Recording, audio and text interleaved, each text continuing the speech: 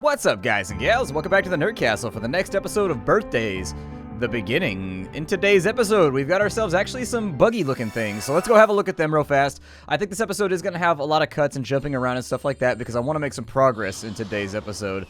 But if you wanted to see the buggy-looking thing that we unlocked, it's right here. There we go. And then I'm going to try and capture him, I think. Oop, that's not what I wanted to do. There we go. I got to catch the little guy. He's trying to run for it. He's trying to get the hell out of here. We were the first to fly. So we've got a big-ass bug. And it moved my cursor on me. It's got a big-ass bug. It's called a Meganura. A large insect that has evolved wings to fly. It appeared near rivers and various places where Pleophacops began breeding. And that gave us another level up. Pretty soon we should be able to do just tremendous amounts of space. I think we should be able to terraform pretty aggressively after this. And then there's one more thing that we haven't discovered yet. It looks like it's an evolutionary scion of the random little spider creatures we have living on the mountains over there. This one looks like it has shorter legs, and this one is a different color, so it looks like we've got an Argiope, a spider that is adapted to very hot climates. Okay, it's considered a descendant of Pleophacops. Very nice, and so we've got ourselves a couple of bugs here. That means we're moving down the evolutionary charts and getting our stuff done. Let's have a look before I start jumping ahead and trying to create things to figure out what we got going on with our tree in our library. So in our library, the direction that we really want to go is going to be, so that gives us bugs. Over here on this side, with the Andreolepsis, it looks like between 35, 17, and 55, there will be adaptation. And so that'll give us this fish right here. And if we really wanted to work at it, we need to go in this direction over here if we wanted to get to mammals and things. And so that's what I'm trying to do in today's little burst of episodes. We've got to get some fish growing. So let's go find our Andreolepsis. I think they're in the top right corner of the map, and we'll try to figure out why it is, because they should have, I think anyways, they should have all the things they need in order to become the next thing on the list. And so I think Andreolepsis is up here somewhere. Yeah, there's Andreolepsis right there. The water is 34 degrees Celsius. So that means, if the water is 34 degrees Celsius, that we should be able to pull this one out pretty easily, I think. I just got to get them evolving. And so 35 to 45 degrees Celsius is what they need. Do we have 34 or do we have 35? Let me jump back in. If I need to create more water, I will. I was looking forward to terraforming today anyways. Half the fun of this game is building a world that everything can grow inside of. So with Andreolepsis, they're at 34, so they're right on the cusp of where I need them to be in order to go further down the chain. Now what I want to do is I want to create a lake today. I'm going to create a lake over here. So let's go ahead and get that built. And so there's the first little chunk of our lake. This should raise the temperature of the world pretty considerably, I think. I should probably put this somewhat like this right here. We'll push that down so that it's got a little bit more stuff going on. We'll go like so. That looks all right. And then we'll go over to there. We'll kind of make like a thing like that. And that gives us our nice little lake reservoir. And the reason I want a lake is because I am planning on, there we go, that'll raise our temperature on up. I'm planning on putting in another mountain with another river source. So let's do that. We've got this over here. This corner is going to be a mountain. So I'm going to take it up like so. That'll give it a little bit of variation in the way that the mountain is formed. That is going to lower our temperature, but I think given the fact that we're about to grow like a river over here, we're going to end up with a lot more water anyways. And so hopefully our global temperature doesn't go too crazy.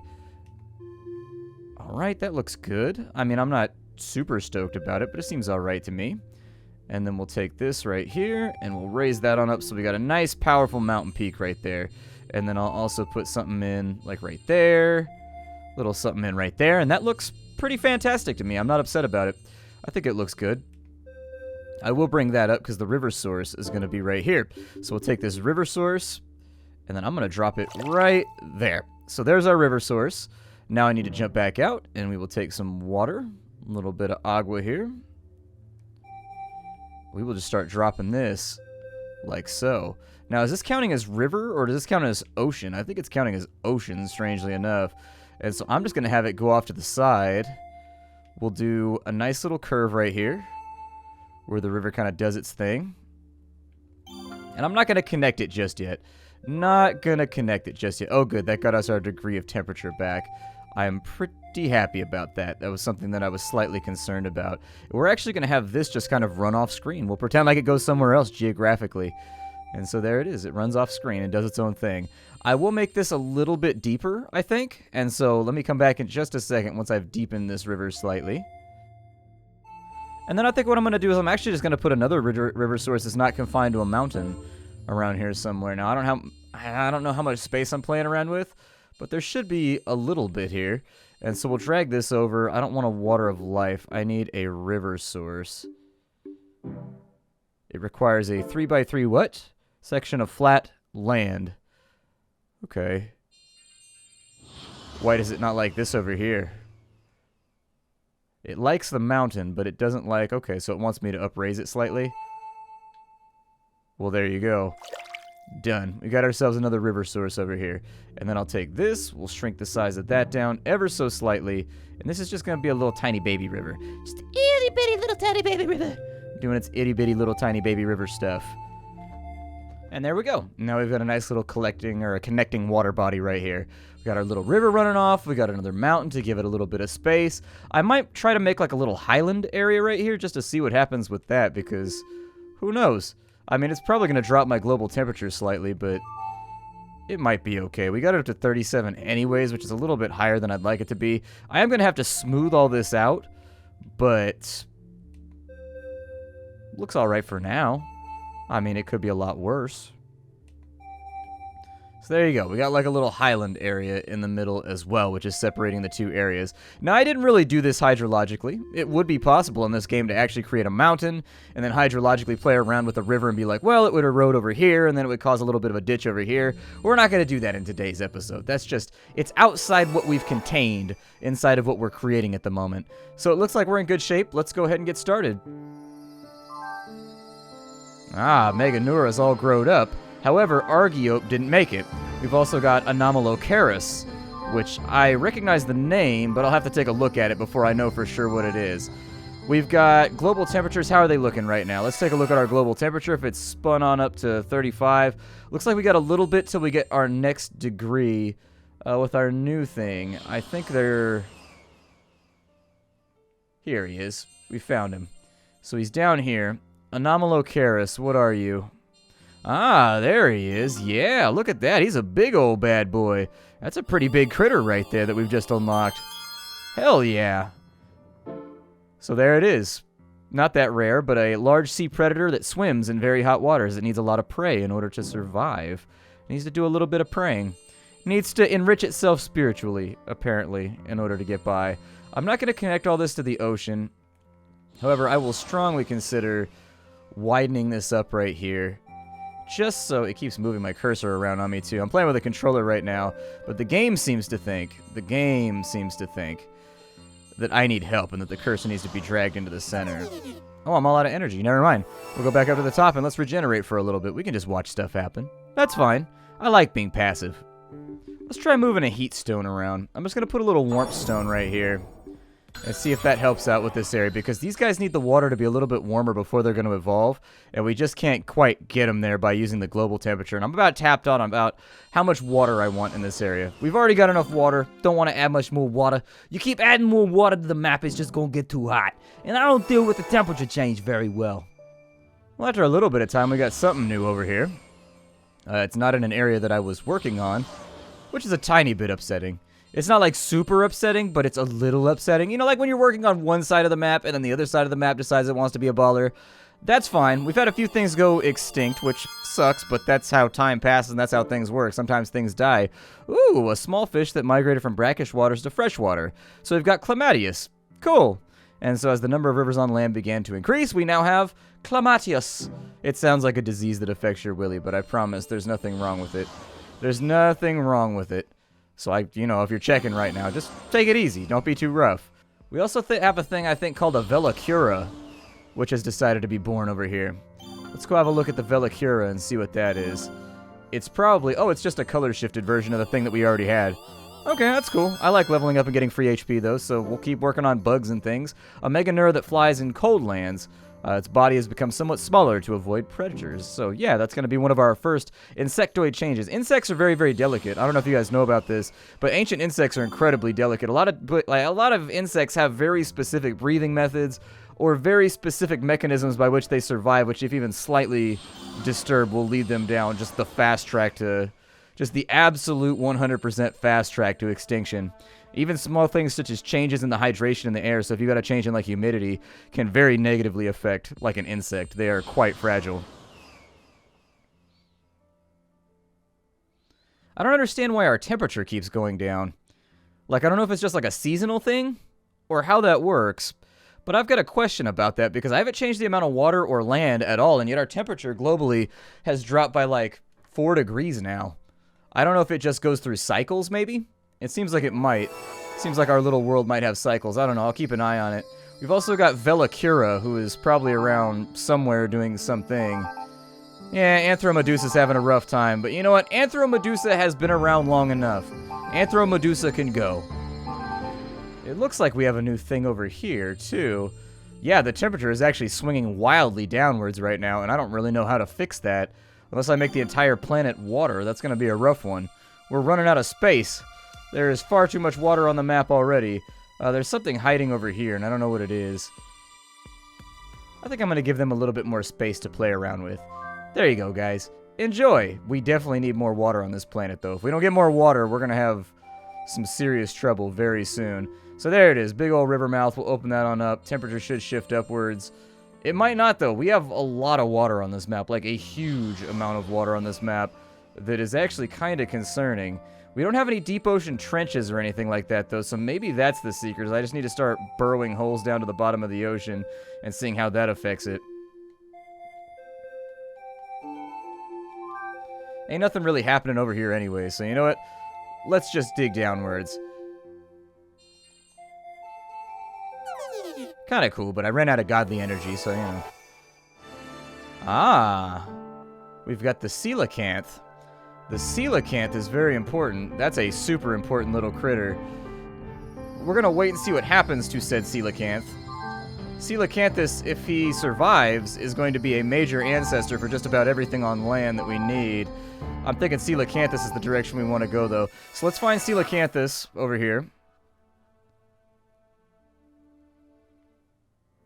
And in finding Coelacanthus, I think he's right here. Where are you at, Coelacanthus? There he is. There's our guy. Look at this big bastard butterfly-looking fish. Isn't he adorable? Don't you just want to hug him? Man, what an awesome creature. So there's our Coelacanth. It's a large species of fish, secured habitat by itself by migrating to the deep sea. It eats Andriolepsis. Okay, so Coelacanthus needs more space in order to be alright. What did Coelacanthus have going on right here? Coelacanthus... I don't want to... Well, I'm going to have to look inside the library. Okay, let's look inside the library and see what Coelacanthus wants. Coelacanthus is over here being all needy, but that is the direction on the evolution tree that we want to go. So adaptation temperatures, if we wanted to get to lizards and crocodiles and things of that nature, that's the next step. Coelacanthus is going to need 17 degrees Celsius to 43 degrees Celsius. Looks good. Birthing temperatures between 27 and 33. So that puts us between 27 and 33 if we want him to do his thing.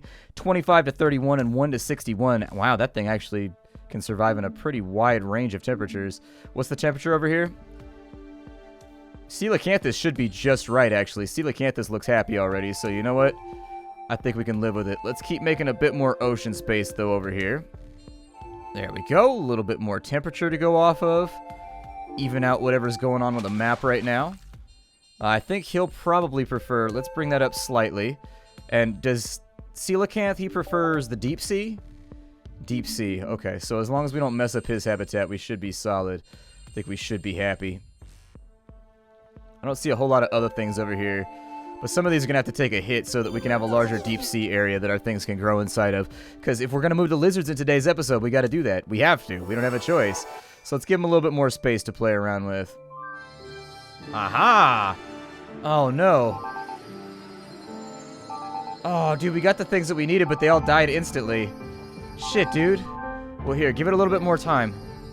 We've got one new thing here, aside from all the lizards and stuff that just exploded and instantly died. It's a Clupea. It looks like it's just a modification of... Yeah, and so it's just the next part of Leptolepsis. Stop moving my cursor! Jesus, this game drives me crazy with that shit. Playing with the controller. Make the cursor go away. Cursor go bye-bye when me play with controller, please. There we go. So, Coelacanthus is down here. having a rough time, unfortunately. But Coelacanth should be good. I don't know why Coelacanth is all salty right now. He should be fine. It might be lowering the overall ocean temperature when I'm making this trench over here, too. Although I don't think it is. It all still seems to be roughly 35. Ha-ha! We've done it. We've got Latimeria, but most importantly, we've got Ichthyostega. Let's go take a look. Ichthyostega. So where are you at right now? There he is! There's our guy! Alright, we've got our first land critter over here. What's up, dude? How you doing? Welcome to the universe. Welcome to existence. So happy for you right now. I am so looking forward to finding your bones inside of rocks someday and studying you and drawing pictures of you because that's what I did in college. That's what I did in college. Well, aside from that and oil surveys and stuff. I mean, you gotta take the good with the bad. If you're gonna be a geologist, you gotta understand that there's two directions you could take this. You could be poor forever and you can go work in environmental sciences, or you can get super crazy baller rich but just understand that you're mining a pit to the center of the earth and basically killing us all. It's your choice. You know, you gotta make the call. That's just how geology goes. Coelacanth floris, this amphibian, was the first to set foot on land. So his birth temperature... Oh, he needs higher moisture. He's gonna die. He's not gonna have enough moisture. Look at his moisture right now, 49 to 88. He needs higher moisture. So let's fix that now, because he's actually gonna die when time passes again. So this will raise the soil moisture slightly. Do this one. Oops, sorry, I hit the wrong button. I always forget that I got... So we'll put a rain cloud in right here. How did that help out with the moisture in the air? Did it help out at all? It looks like it helped out a little bit, but it got him to his survival temperature, which is all that we care about. So let's dump another one. I mean, I'm sure that I have a ton of these right here. So let's give him a bunch of rain clouds so that his chances of surviving go way up. And then it also looks like the hydration of the soil will increase towards water sources, and that makes perfect sense. That's absolutely fine. So yeah, Ichthyostega, what's up, dude? What's some of the other stuff that we got? It lives in the ocean over here. I can see it. It's blinking at me. What do you have going on? Ichthyostega, you are the mega thing that I want to hug every day. My cat heard me singing and he came in. Now he wants cuddles too. I may or may not sing songs when my cats get cuddles. This is a Coelacanth that lives in cold water by the deep sea. So its birth temperature is 10 to 20 C. Adaptation, that's weird. How do you exist right now? Because your temperature is way off at the moment. Like, how are you here right now? Oh, that's not good. I need to dig this dude a trench, like, right now. Otherwise, he's not going to make it. This dude also needs to be saved.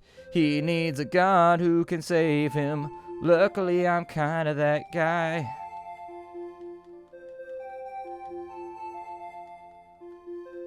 There we go. That got his temperature down low enough to where I think he should be okay. Alright, let's see if everything goes extinct. We've also got Acanthodes. Acanthodes. Okay. Latimeria we already found. Ichthyostega we already... Let's take this slow. Ichthyostega, you gonna make it?